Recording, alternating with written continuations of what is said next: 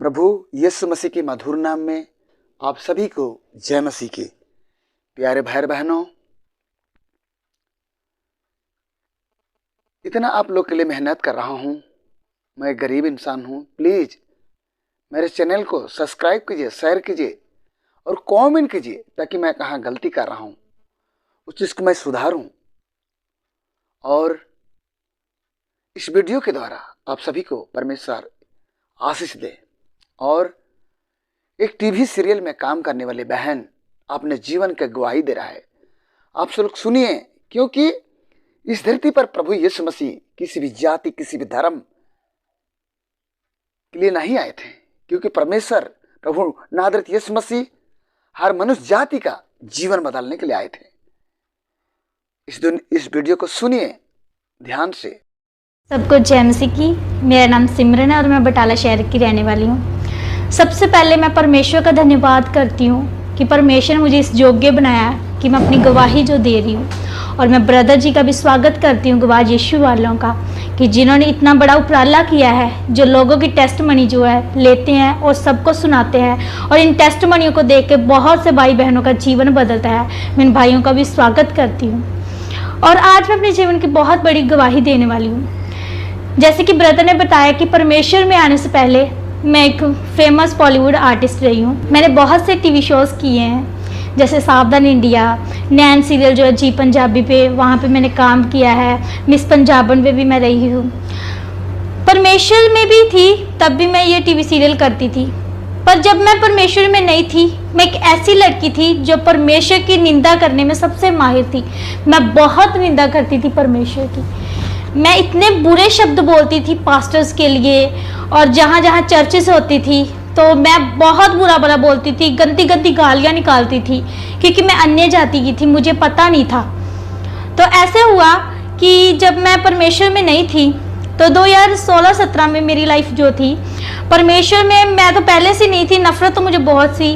पर एक बार ऐसा हुआ कि मैं व्यभिचार में थी 2017 में। तो मैं व्यभिचार में थी, तो जिस इंसान के साथ मैं व्यभिचार में थी वो इंसान जो है वो क्रिश्चियन थे। तो पता नहीं क्या हुआ, मेरे को लगता है ये परमेश्वर की कॉलिंग थी शायद मुझे बदलने के लिए, क्योंकि परमेश्वर का वचन कहता है ठोकरों का लगना ज़रूरी है। तो तब क्या हुआ कि जब जिस इंसान के साथ मैं व्यभिचार में थी तो मेरे को पता नहीं लगा, एकदम से वो मुझे छोड़ गया।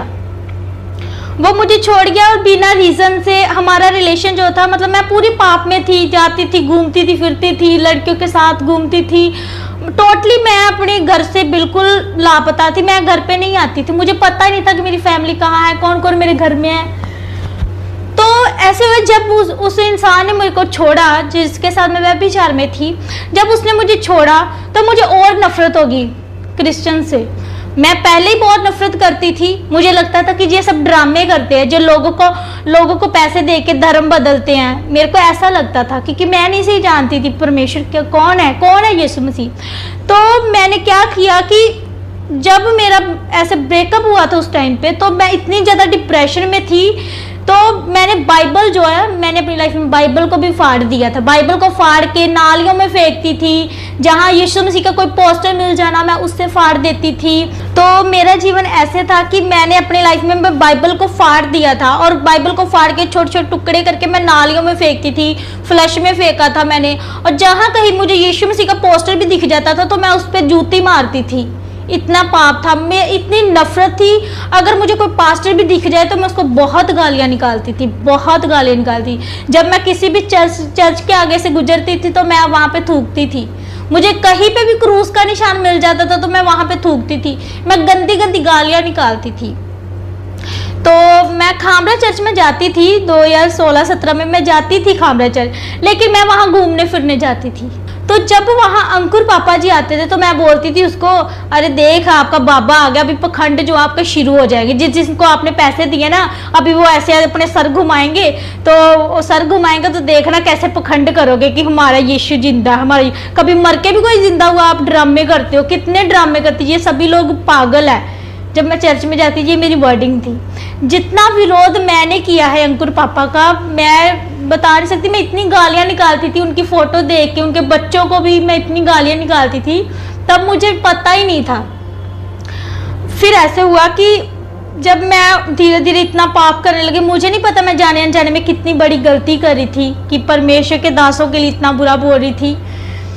फिर क्या हुआ कि जब मेरी लाइफ में ऐसे डिप्रेशन मेरी लाइफ में जब आ गए, जब मुझे सभी ने छोड़ दिया, जिस इंसान के लिए मैं भगवान को भी ठुकराती थी, मैं किसी को मानती नहीं थी, सब कुछ मैं मानती कि तू ही है मेरा जी, मैं उसको बोलती थी नहीं भगवान तो तू ही है, जिससे हम प्यार करते भगवान वही है। तो जब उस इंसान ने मुझको छोड़ा तो मैं लाइफ में इतनी डिप्रेस हो गई थी, इतनी मेरी लाइफ जो इतनी डिप्रेस थी ना, मैं बता नहीं सकती। मैं बिल्कुल अपने आप को कमरे में मैंने बंद कर लिया था। मैं कहीं बाल यहाँ से काट लेती, कहीं यहाँ से काट लेती, कि मैं अपने को बदसूरत बनाती थी। मैं बहुत सुंदर थी पहले। तो जब ऐसा हुआ, मैं अपने आप को कभी चेहरे पे कुछ मार लेती थी, कभी कुछ, मेरा मन करता था कि मैं मर जाऊं। 2018 में 2017-18 में मैं ऐसे लगता था कि मैं मर जाऊं, मैं इतना सुसाइड कर रही। कभी मैंने जो गैस सिलेंडर होता था मैं उसका स्विच ऑन कर देती थी, फिर फैमिली आती थी मेरी, वो मुझे संभालती थी आके। तो अपने आप को कमरे में बंद कर लिया था और मेरी आंखें जो बिल्कुल आसमान के ऊपर रहती थी, मैं सोती नहीं थी बिल्कुल भी। डॉक्टर्स के पास जाते थे, मेरे को बीमारी तो कोई थी नहीं, मेरे को ये नहीं पता था कि मेरे अंदर जो तकलीफ है वही मेरे को खाई जा रही है। मेरे को लगता था कि मेरी लाइफ जो है बिल्कुल खत्म हो गई है। मैं अपने घर के लिए वो लड़की हूँ जो बोलते हैं ना कि फैमिली के लिए एक स्पेशल इंसान होता है, जिसपे घर वाले मान करते कि हमारे लिए कोई और कुछ करे ना करे, ये लड़की हमारे लिए कुछ करेगी। मैं अपनी फैमिली की वो उम्मीद थी, लेकिन जब मेरी फैमिली ने मुझे इस हालत में देखा कि मैं कमरे में बंद हूँ, कुछ खाती नहीं पीती नहीं, बदसूरत हो गई हूँ, कभी नहाना नहीं, कुछ नहीं, बस हाँ कुछ खाती पीती भी नहीं थी। मैं सारे दिन में 1-आधा कप पानी पीती थी मैं। तो जब फैमिली ये देखती, फैमिली मेरी घर का माहौल जो बहुत लड़ाई झगड़ा रहता था, फैमिली मेरे को बोलती तेरे को क्या हो गया, पर मैं किसी की नहीं सुनती थी। मैंने बोलती थी कि मेरे को बुलाओ मत, मेरा किसी से कोई लेना देना नहीं। फैमिली से इतनी नफरत हो गई थी, दुनियादारी से इतनी नफरत हो गई थी, मैं बोलती थी कि दुनिया में कोई है ही नहीं है, दुनिया में प्यार नाम का कोई शब्द नहीं है, इंसानियत तो है नहीं, ना तो भगवान है ना तो दुनियादारी, ये सब भी फेक है। मुझे ऐसा लगता था कि मैं पत्थरों की दुनिया में, जहाँ मेरी बात कोई नहीं सुनता, कोई मेरे दर्द को समझ नहीं सकता। जब वो इंसान मेरे को छोड़ के गया था तो पता नहीं मैंने कितने के डॉक्टर्स थे पे जो मैं बोलती थी कि मम्मा मेरे को उस डॉक्टर के पास लेके चलो जो मेरे अंदर तकलीफ को समझ सके, मुझे ऐसे डॉक्टर के पास जाए, मेरे को कोई प्रॉब्लम नहीं है, मुझे वो डॉक्टर के पास लेके चलो कि जो मुझे समझ सके। यहाँ तक कि मेंटल हॉस्पिटल तक भी मेरे को लेके जाया गया, फिर शायद कुछ हो जाए, इसको शॉक देते हैं, मे भी ये सही हो जाए, इतने लेवल तक का डिप्रेशन था मुझ पे। फिर ऐसे हुआ कि जो मेरे मामा जी हैं, तो उनके जो ससुराल वाले वो खामरा चर्च जाते थे, तो मैं उनको बहुत गालियाँ निकालती थी। मेरे रिश्तेदार जो आते थे, एक बार ऐसा किया कि मैंने 2nd फ्लोर से जो है ना, मैंने छलांग लगा दी। मेरे को ऐसे, मैं ऊपर बैठी हुई थी 2nd फ्लोर पे, तो मैं ऐसे पीछे आ गई। मैंने बोला कि नहीं, मेरे को नहीं रहना, आज तो मैं मरूंगी। पता नहीं खुदा की क्या प्लानिंग थी, खुदा ने मैंने 4 से 5 बार सुसाइड किया। कभी मैं गोलियां खा लेती थी, कभी फिनाइल पी जानी, कभी कुछ मार देना अपने आप को, कभी कुछ कर देना, मेरे को फिर से खुदा बचा लेता था। जब मैं 2nd फ्लोर से गिरी तो मेरे को लेके गए डॉक्टर के पास, तो डॉक्टर बोलते कि इस लड़की का दिल भी धड़क रहा है, सब कुछ हो रहा है, पर ये फील नहीं कर पा रही, इसके अंदर फीलिंग ही नहीं है, ये इसको कुछ भी करो बस ऐसे इसको देख ही जाओ, बस अगर कुछ काम करती है, कुछ मूवमेंट करेगी तो हमें बताना, अदरवाइज हम कुछ नहीं कर सकते। डॉक्टर ने उन्होंने तो एक हिसाब से मुझे जो है ना, जिंदा लाश हूँ मैं, इसके साथ जब तक चढ़े हो तब तक इसको देख लो, जब ये मर जाएगी तो तब इसका संस्कार कर देना, इतनी बात बोलती थी। जो मेरे रिश्तेदार थे वो आते थे, वो ये सोच के आते थे कि पता नहीं अगली बार सिमरन को देखने को मिलेगा कि नहीं, लेकिन किसी को ये नहीं पता था कि मुझे क्या हुआ। फैमिली भी क्या बताती किसी को कि हमारी लड़की की हालत कैसे हुई, ये हालत कैसे हुई, आशिकी की वजह से ये हालत हुई। तो फैमिली ने भी, सबने मुझे ठुकरा दिया, किसी ने मेरा साथ नहीं दिया। मुझे सभी ने यही बोलते थे, सभी कि नहीं, मम्मी उन्हीं बोलते थे कि ये तू कैसी लड़की है जो किसी के लिए अपने आप को इतनी बर्बाद कर रही है तू। तो जब मेरी ये हालत होगी तो मम्मा ने सोचा कि शायद वो बोलते ना कि जब किसी को किसी और से सहारा नहीं बोलता, तो जब भी कोई डॉक्टर हो कुछ भी हो तो गधे को भी बाप बोल देते हैं लोग अपनी ज़रूरत के लिए। तो क्या हुआ कि मेरे को ना उन्होंने अचानक, उन्होंने बोला कि हम तेरे मामा जी के ससुराल जाते हैं आज, चल तू हमारे साथ चल। मैं कोई रिस्पॉन्स तो देती नहीं हूँ, हाँ बस ऐसे ठीक है ओके, बस इतना सा था, कुछ नहीं बोलती थी मैं, किसी से कुछ नहीं कहती थी कि मुझे क्या होना क्या नहीं। बिल्कुल बेड पे थी, कमरा बंद रखना अपना, कोई मुझे बुलाए ना, किसी की आवाज़ ना आए मुझे, ऐसी थी मैं कि मुझे कोई ना बुलाए। यहाँ तक कि जो मेरी माँ है मैं उससे बहुत नफरत करती थी, मुझे माँ शब्द से बहुत नफरत थी। इस तरह से मैं बोलती कि आपकी आवाज़ मेरे कानों पे ना पड़े, पता नहीं मुझे क्यों ऐसा होता था। तो चलो वो मुझे लेके गए, मेरे मामा जी के ससुराल वालों के घर लेके गए। तो वहाँ उनका जो प्रेयर रूम था, वहाँ उनका प्रेयर रूम था। तो उन्होंने मेरे को बोला कि सिमरन तू ऐसे कर, तू अंदर जा, प्रेयर रूम में जा। वो यही के हैं, बटाला की है। वो मुझे बोलते तू हमारे प्रेयर रूम में जा एक बार, तू कैसी होगी। वो मुझे देख के शॉक्ड होगी कि तू इतनी सुंदर, हमारे घर की सबसे सुंदर लड़की हमारी फैमिली से मुझे कहते थे कि सबसे सुंदर, सबसे इंटेलिजेंट मैं थी अपने घर की, एक उम्मीद जो होती है मैं थी अपने घर की। तो उन्होंने मुझे बोला सिमरन तेरे को क्या हो गया था। मैं इतनी कमज़ोर थी ना कि आप मेरी हड्डियां तक गिन सकते थे कि इसके अंदर कितनी हड्डियां हैं। इतनी कमज़ोर हो गई थी, इतनी बदसूरत काली हो गई थी मैं बहुत। तो उन्होंने मेरे को बोला कि सिमरन तू हमारे प्रेयर रूम में जा एक बार। तो मैं उन्हें बोलती थी कि तुसी, पंजाबी में उसको बोलती कि तुसी तो पागल हो, तुसी मैनू क्यों पागल किया। तो मैंने उनको भी गालियाँ निकालियाँ कि आप कैसे बंदे अपना धर्म छोड़ के, आपको कितने पैसे मिले ये बताओ मेरे को, वो अंकुर पापा के पास गए हो, वो पखंडी बाबा है। मैं ऐसे बोलती थी पापा के बारे में, अंकुर पापा के बारे में ऐसे बोलती थी। तो उन्होंने मुझे बोला तू एक बार जा तो सही। उन्होंने क्या पता नहीं, उनका विश्वास था जैसे बाइबल में लिखा जैसा तेरा विश्वास वैसा तेरे लिए हो जाएगा। उनका विश्वास था कि अगर ये प्रेयर रूम में जाएगी, अगर मसीह को जानेगी तो इसका जीवन बदलेगा। क्योंकि मैं अपने आप को एक बार लाइफ में मैंने व्यभिचार की गलती की, उसके बाद मैंने कसम खा ली थी कि मैं अभी इसके बाद कभी ऐसा कोई काम नहीं करूँ, चाहे मैं मरूँ जीऊँ, जैसे भी मेरी लाइफ में मैं अकेली रहूँगी, मैं किसी से कभी प्यार नहीं करूँगी। इतनी नफरत हो गई थी मुझे। तो कहीं ना कहीं खुदा को मेरी पवित्रता ही पसंद आई, मेरी लॉयल्टी पसंद आई। मैंने कभी किसी को धोखा नहीं दिया, कभी किसी का बुरा नहीं किया अपनी लाइफ में। तो उन्होंने मेरे को धक्के देकर ना जबरदस्ती प्रेयर रूम में भेजा, दरवाजा बंद कर दिया। उन्होंने बोला तू यहाँ रह, तेरा रोने को मन करता है, तेरा कुछ करने को मन करता है, तू यहाँ रह। उन्होंने धक्के मार के मेरे को भेजा प्रेयर रूम में। तो मैं प्रेयर रूम में गई। वो मेरी लाइफ का पहला एक्सपीरियंस था, मैं बता नहीं सकती। जब मैं प्रेयर रूम में गई तो उन्होंने मेरे को धक्के मार के बोला था। तो जब मैं बाहर आने लगी मुझे ऐसा लगा किसी ने मेरी बाजू पकड़ के मेरे को अंदर बुला लिया है कि तू यहाँ आ। लेकिन हम तो अन्य जाति, मेरे को लगा इन्होंने जादू टूना किया हुआ है, पता नहीं कोई भूत बात है जो मुझे ऐसे पकड़ रहा है। मुझे तो पता नहीं था पवित्र आत्मा के बारे में। तो मुझे ऐसा लगा, मैं वहाँ इतना रोई, 2 से 3 घंटे में इतना खुलकर रोई वहाँ प्रेयर रूम में, इतना रोई। 2018 में इतना रोई मैं वहाँ प्रेयर रूम में। और मुझे फर्स्ट टाइम ऐसे लगा, मुझे पूरे 1 साल के बाद मुझे ऐसे लगा कि किसी ने आज मुझे वो डॉक्टर मिला जो मेरी तकलीफ को सुन रहा है और जो मुझे गले लगा के रो रहा है, जो मुझे फील, मेरे दर्द को फील कर रहा है, जो मुझे कह रहा है कि नहीं मैं तुझसे प्यार करता हूँ। देख मैंने तेरे लिए कितने मैंने तेरे लिए अपने हाथों पे कील ठुकवाए।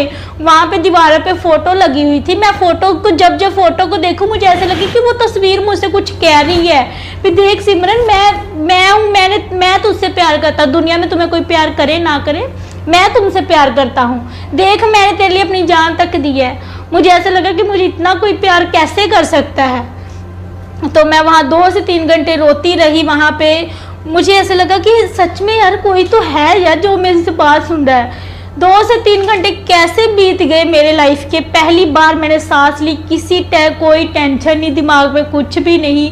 तो वहाँ प्रेयर में इतनी खुश हुई। तो बाहर आके मैंने उनको बोला, मैंने जब प्रेयर रूम से बाहर आई, मैं आते ही उनसे बोला कि मुझे पानी पिलाओ, मुझे प्यास लगी है।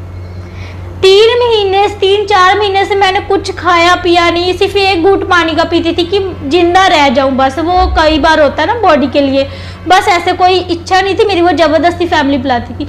तो मैंने बाहर आकर उनको बोला कि मुझे पानी दो पीने के लिए, मुझे प्यास लगी है और मुझे कुछ खाने को दो, मुझे आज बहुत भूख लग रही है, मुझे कुछ खाना है।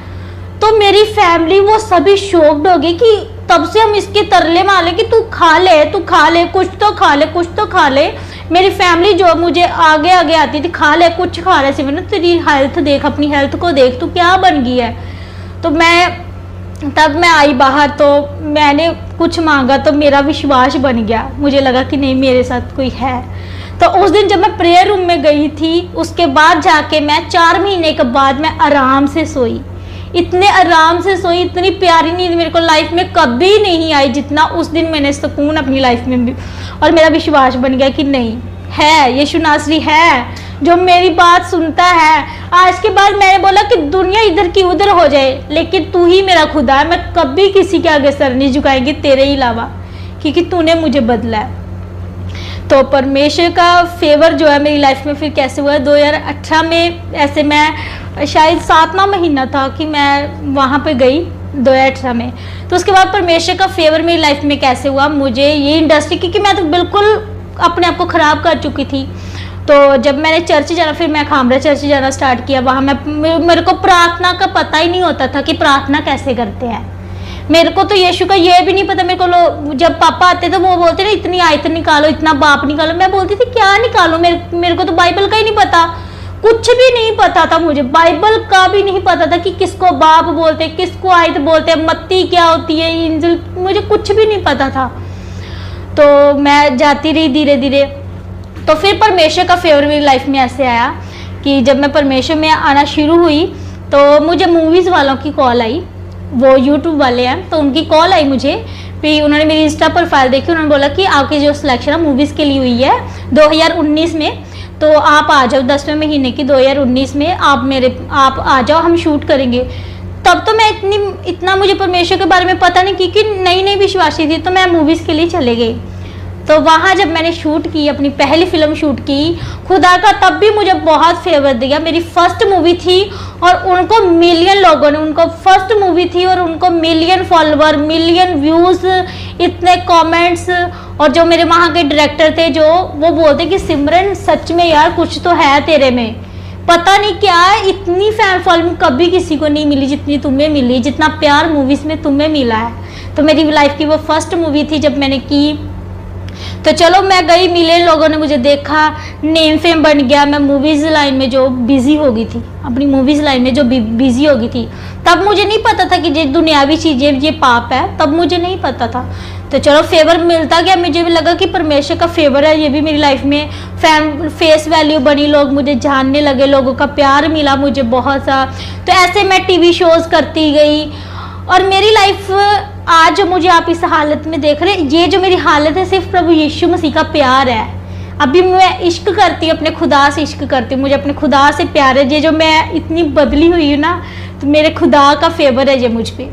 मेरी लाइफ ऐसे थी, मैं चंडीगढ़ का रहना सहना था मेरा, मैं चंडीगढ़ में रहती थी, संगरूर एरिया में रहती थी। मैं ऑफ शोल्डर टॉप पहनती थी, बिल्कुल शॉर्ट्स पहनती थी, ये चुन्नी दुपट्टा, इससे मुझे कुछ नहीं, ये दुपट्टा जो पहना हुआ जिससे मुझे कुछ लेना देना नहीं था। मेरे को तो ये भी नहीं पता कि सलवार सूट भी लड़कियों के लिए कुछ है। मुझे ऐसा लगता था कि नहीं, मैं तो ऐसे मॉडर्न हूँ। मेरी फुल लाइफ जो थी मॉडर्न थी, बिल्कुल मॉडर्न थी। इतने इतना हेयर कट होता था मेरा, शॉर्ट्स पहनती थी, बिल्कुल पार्टीज करती थी गर्ल्स के साथ। पर एक थी, मैं पवित्रता में बहुत रही थी, या ऐसे फ्रेंड्स के साथ एंजॉय ज़रूर करती थी, लेकिन मैंने कभी भी फिर से दोबारा व्यभिचार नहीं किया। फिर से जो खुदा ने मेरे को करैक्टर, जो खुदा ने अपने हाथों से मेरी रचना की, खुदा का वचन जैसे कहता है कि मैंने तुम्हें अपने हाथों से बनाया है, मैंने अपने हाथों की हथेलियों पे तेरी जो मूर्त खोद रखी है, मैंने तुम्हें बहुत बड़े काम करने के लिए बनाया है। तो खुदा का करैक्टर, क्योंकि खुदा इतना पवित्र है, अगर उसने मुझे पवित्र हाथों से बनाया है तो उसका पवित्र करैक्टर भी तो मेरे में रहेगा। तो मैंने कभी, मेरा करैक्टर वही था, कभी किसी का बुरा नहीं चाहना, कभी किसी को बुरा बोलना नहीं था, कभी किसी को धोखा नहीं देना, ऐसी मेरी लाइफ थी। चलो 2018, 19, 20 तक मैं फिल्म इंडस्ट्री में काम करती थी। इतना प्यार मिला, लोग बुलाने लगे बहुत। मैं अपनी लाइफ में नेम फेम था, मेरे पास पैसा था, लेकिन मेरे पास शांति नहीं थी। जो दर्द मेरी लाइफ में था वो अभी भी कम नहीं हो रहा था। मैं बोलती थी कि मैं क्या करूं, मैंने चर्च जाना भी स्टार्ट कर दिया था, मैं क्या करूं। पर मुझे ये नहीं पता था कि मैं चर्च भी जा रही हूँ। जैसे एक नल होता है, जैसे हम पानी का नल देखते हैं, उसमें एक ही पानी आएगा, चाहे तो उस पर साफ पानी आएगा, चाहे तो उस पर गंदा पानी आएगा। तो मैं क्या करती, इधर मैं चर्च जाती थी, वहाँ चर्च जाने के बाद मैं वहाँ अपनी इंडस्ट्री में चली जाती थी, वहाँ फिर से घूमती फिरती थी। तब भी मेरे को इतनी नॉलेज नहीं थी खुदा के बारे में, पे कैसा जीव, क्योंकि बाइबल मैं पढ़ती नहीं थी, बाइबल के बारे में मुझे पता नहीं था। तो जब मैं ऐसे करना स्टार्ट किया तो मेरी फैमिली ने फिर मुझसे टॉर्चर करना स्टार्ट कर दिया। तो ऐसे बीच में मेरे फादर साहब की डेथ होगी। तो फादर साहब की डेथ होगी, वो भी पता नहीं चला कैसे डेथ होगी, पापा की डेथ होगी। तो फैमिली का माहौल फिर से बहुत ब्लेस हो गया, फैमिली में मतलब सभी टूट गए थे, एकदम से टूट गए थे सभी। तो फिर मुझे ऐसे हुआ, लेकिन खुदा का फेवर था मेरी ज़िंदगी में। मुझे इतना स्ट्रॉन्ग किया था मेरे खुदा ने कि मेरे पापा की डेड बॉडी पड़ी थी, लेकिन सभी मुझे बोलते, जो हमारे रिश्तेदार थे मुझे बोलते थे कि तू अपने यीशु को बोल कि आपका यीशु जो है वो मुर्दों को जिंदा करता है, वो अपने यीशु को बोल वो तेरे पापा को जिंदा कर दे।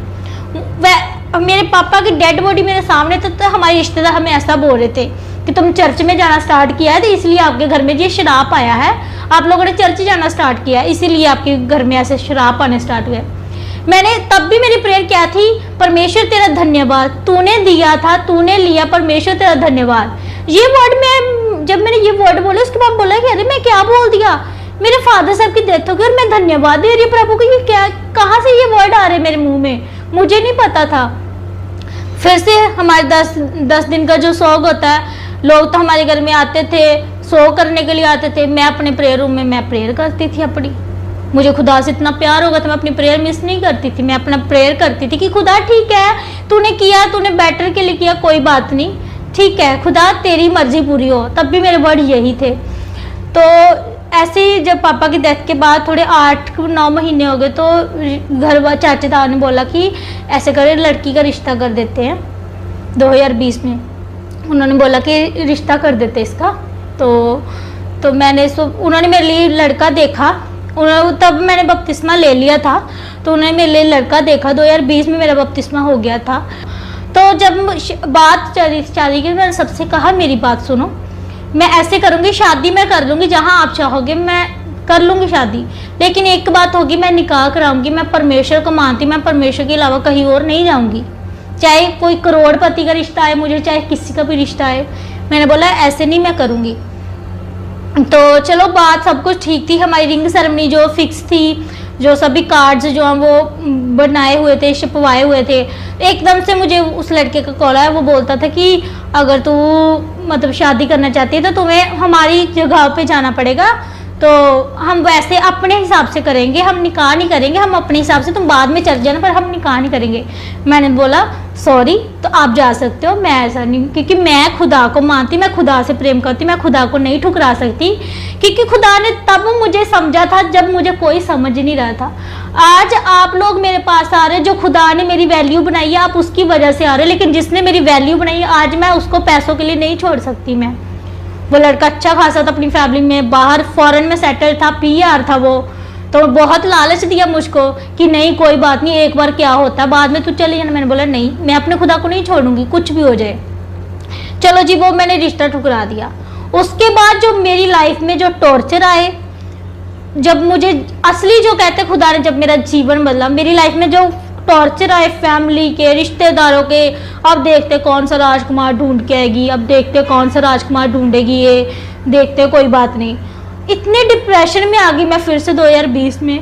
तो मेरा मन किया कि नहीं अब तो मैं मर जाऊंगी। मेरे को फिर से, क्योंकि शैतान कभी पीछा नहीं छोड़ता, वो हमेशा जो ब्लेस लोग होते जो उसके पीछे चलते परमेश्वर को, उनको अटैक करता है शैतान। हमारे उनकी आंखें लगी रहती है कि कब ये प्रेयर से बाहर आए तो मैं उसे फाड़ खाऊं। शैतान की नजरें लगी रहती है विश्वासियों पर, दूसरे लोगों से शैतान को कुछ लेना देना नहीं है।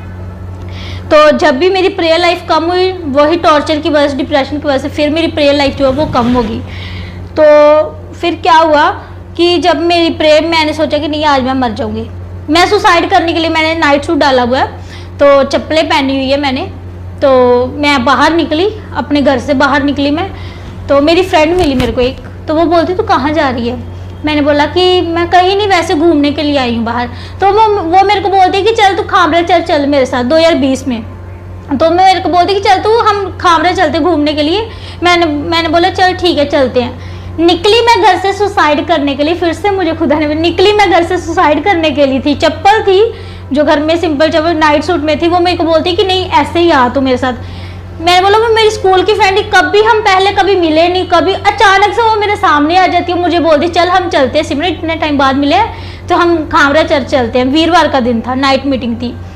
तो मैंने बोला चलो, फेब का था, जैसे 14 फरवरी को मेरे ऐसे ख़त्म हो गया था सब कुछ, तो 23 फरवरी को वो लड़की मुझे मिली। जब इन 10 दिनों में मुझे बहुत टॉर्चर सहना पड़ा, रिश्तेदारों की बातें सुननी पड़ी कि तू पागल होगी यीशु मसीह के पीछे, उन्होंने तेरे को कुछ कर दिया है, उन्होंने तेरे पे जादू टूना कर दिया है, इसलिए तू ऐसा काम कर रही है, तो ठुकरा रही है बड़े बड़े रिश्तों को। तो उसने मेरे को, मैं निकली तो सुसाइड करने के लिए, वो मेरे को खामरा चर्च ले गई। तो मैं चले गई खामरा चर्च। तो वो पापा जी जब आए, उन्होंने प्रीच किया, तो उन्होंने बोला कि मैम यहाँ एक लड़की को देख रहा हूँ कि जिसके पीछे सुसाइड जो स्पिरिट है वो पीछा कर रही है। तो उन्होंने बोला कि आज के बाद तेरी लाइफ बिल्कुल बदल रही है, तुम्हें खुदा ने चुना हुआ है, तो खुदा की सबसे बड़ी दासी बनेगी, तो तू आज के बाद ऐसा कोई काम नहीं करना। तो तब मैंने उस जगह पे ठान लिया, फिर से 2020 में मैंने, पता नहीं पापा के वर्ड्स मेरी लाइफ में इतने काम किए। उसके बाद मैंने अपनी मूवीज लाइन जो बिल्कुल छोड़ दी, पता नहीं लगा मेरे को क्या। 23 को मैंने ये देखी, वीरवार की मीटिंग देखी, 24 को मेरी लाइफ में ऐसा काम हुआ कि मैंने अपने जो फ्रेंड सभी को ब्लॉक कर दिया, तो मैंने छोड़ दिया। मैंने सोचा कि नहीं, अब मैं काम करूंगी तो सिर्फ खुदा के करूं। मुझे समझ आ गया, पापा ने प्रीच किया था कि चाहे तो तुम पाप के काम कर सकते हो, चाहे तुम खुदा के काम कर सकते हो, एक साइड रहना पड़ेगा आपको। तब मुझे समझ आया कि प्रॉब्लम कहाँ थी, मेरी फिल्म इंडस्ट्री जो वो ही मेरी प्रॉब्लम थी। तो मैंने तब प्रॉमिस किया खुदा से कि खुदा आज के बाद मैं कभी ऐसा, मैं फिल्म इंडस्ट्री में नहीं जाऊंगी। खुदा तू ही अपनी लाइफ में, तू अपने कामों के लिए मुझे इस्तेमाल कर खुदा। मैं दिन रात दुआ प्रार्थना करूंगी, बस जो तू ही है, बस तू ही है। पैसा मुझे नहीं चाहिए, मुझे तू चाहिए। तो परमेश्वर का कलाम सही कहता है कि वो धर्म जात बदलने नहीं आया, वो जीवन को बदलता है। मैं पहले भी अपने नाम के पीछे तरगोत्रा लगाती थी, आज भी तरगोत्रा लगाती हूँ। सिमरन तरगोत्रा के नाम से लोग जानते हैं आज भी। तो वो खुदा जो है वो जीवन को बदलता है, वो धर्म जात को नहीं बदलता। ये जो वचन है वे मेरे जीवन में पूरा हुआ है और आज मैं आपके सामने हूँ। जो मेरी पहली लाइफ थी, तो खुदा ने मुझे इतना बड़ा मेरे पे फेवर किया। आज इस लुक में आप मुझे देख रहे हैं, ये खुदा का फेवर है। तो तब मैंने प्रॉमिस किया खुदा से कि खुदा आज के बाद मैं कभी फिल्म इंडस्ट्री में नहीं जाऊंगी, अभी तेरे काम करूंगी। और आज खुदा का जो फेवर है, लोग जो है सब मुझे जानते हैं। मुझे वर्शिपर के रूप में लोग इनवाइट करते हैं, एवेंजलिस्ट के तौर पे मुझे इनवाइट करते हैं। मैं लोगों को प्रीच करती हूँ और वर्शिप करती हूँ खुदा की। बड़े बड़े जो क्रूसेड्स होते हैं, लोग मुझे इनवाइट करते हैं, वहाँ पे बहुत प्यार देते हैं लोग, मुझे इतनी इज्जत करते हैं मेरी, बहुत सारा। और मैं ये जो सब कुछ मेरे जीवन में है, मैं खुदा का धन्यवाद करती हूँ। मैं इस योग्य नहीं थी जिस योग्य मुझे खुदा ने बनाया, मैं तो कुछ भी नहीं थी। जो सब खुदा का फेवर है, जिस सारी महिमा हम खुदा को देते। इस वीडियो के द्वारा आप सबको आशीष मिले। इस वीडियो को आपको अच्छा लगा होगा, मेरे ख्याल में लगता है, क्योंकि गवाही देना मामूली बात नहीं है। मैं प्रार्थना करता हूँ आप सभी के लिए। हे पिता परमेश्वर, जितना भी माता पिता भाई बहन मेरे चैनल को देख रहे हैं पिता, उन लोगों की तरफ आशीष दे, ताकि उन लोग सत्य को जाने और आपका बड़ाई महिमा गुणगान करें मेरे पिता। उन लोग का जीवन को बदल दे। और जो माता पिता भाई बहनों के लिए प्रार्थना करता हूँ, उन लोग का जीवन में जो तकलीफें हैं, जो भी संकट हैं, विपायत हैं प्रभु, गरीबी हैं, मुसीबतें हैं, आपका पवित्र नाम से उन लोग का जीवन में से निकल जाए यीशु मसीह के नाम से। In the name of Jesus. Tension देने वाला दुष्ट आत्मा, अनेक प्रकार की चिंता फिक्र डालने वाला दुष्ट आत्मा, मन को भटकाने वाला दुष्ट आत्मा, उन लोग का जिंदगी से चली जाए खुदाबंद यीशु मसीह के नाम से।